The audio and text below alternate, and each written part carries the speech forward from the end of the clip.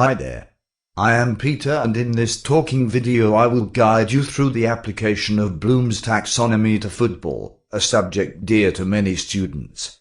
We will focus on the skills required to understand football and its subtlety, rather than the skills needed for playing it. This talking video was created using SlideTalk.net. Hello, I am Rachel. I will provide you a very quick overview of Bloom's taxonomy before switching back to football. For a more complete presentation of the taxonomy, please refer to our previous video, linked here below on the YouTube page as a video response. In short, Bloom says that skills are acquired in 3 domains. The first domain is the cognitive domain, dealing with acquisition and usage of knowledge. Then we have the affective domain, dealing with our feelings and emotional responses to a subject. Finally, we have the psychomotor domain, focusing on manual and physical skills. We start discussing how football is dealt with in the cognitive domain, tracing how our understanding of football evolves as we learn more. Bloom describes each domain as a number of skills that are generally acquired sequentially. The evolution in reality is a smooth process, and the order in which skills are acquired is not fixed, but this sequence is useful to identify milestones in our evolution. Let's see how this applies to football. The first level is knowledge, where we simply collect information and facts about a topic. In football, this amounts to memorize and become acquainted with the basic rules and some other facts, as for instance player and team names.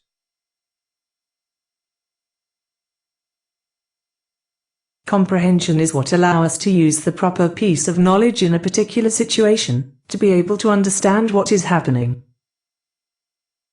In football, comprehension can be exemplified by being able to watch a situation on a pitch and draw a conclusion based on the knowledge of the offside rule.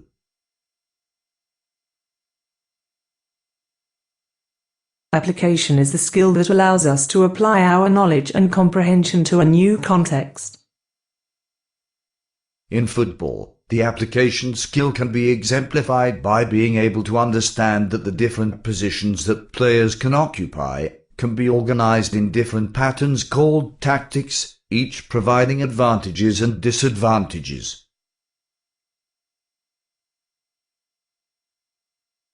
Analysis is the skill that allows us to describe and explain particular situations by making inferences and generalizations based on prior knowledge.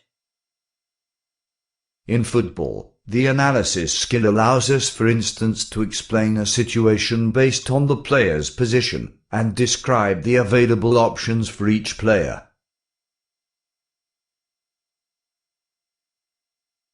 Synthesis is the skill that allows us to create new knowledge by looking at patterns and by merging information from different sources into a new structure. In football, the synthesis skill could be exemplified by gathering knowledge about players, teams and tactics to create new scenarios and imagine different and new approach to a game. This skill is, for instance, used by football managers when preparing a match or a season.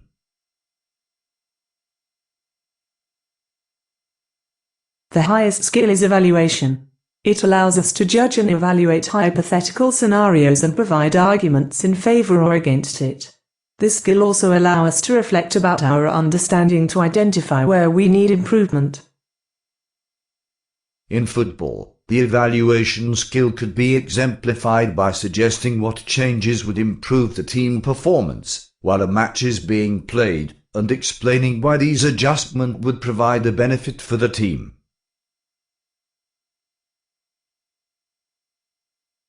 As mentioned before, Bloom divides skills in 3 domains. We have so far looked at the cognitive domain. We will now have a quicker look at the affective domain. We will not discuss the psychomotor domain, which is dealing with the ability of playing football.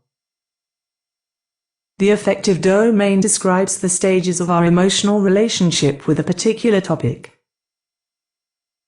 In football, It will describe a journey from starting to have some interest in football to developing a real passion for it. The first level is receiving. At this level we barely notice football and become aware of it. The next level is responding. At this level we start developing some interest about it, and we want to learn some more. Then we have valuing. At this level we start to differentiate our feelings for football. For instance, by choosing a favorite team or players, and developing some more precise interests. At the level of organizing, our feelings for football are getting more mature and we are able to compare and contextualize our emotional responses and reflect upon them. The last level is characterizing. The way we relate to football become a characteristic of our personality, exerting an influence on our whole behavior as human being.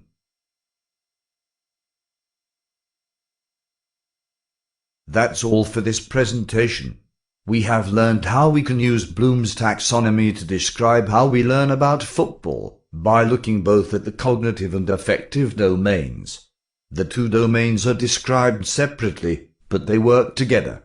We need to have an emotional relationship with football to find the stimulus to learn and understand more, and our understanding of football helps us refine and fuel our passion for it. This talking video was created at SlideTalk.net. Visit SlideTalk.net, create a free account and start creating talking videos right now.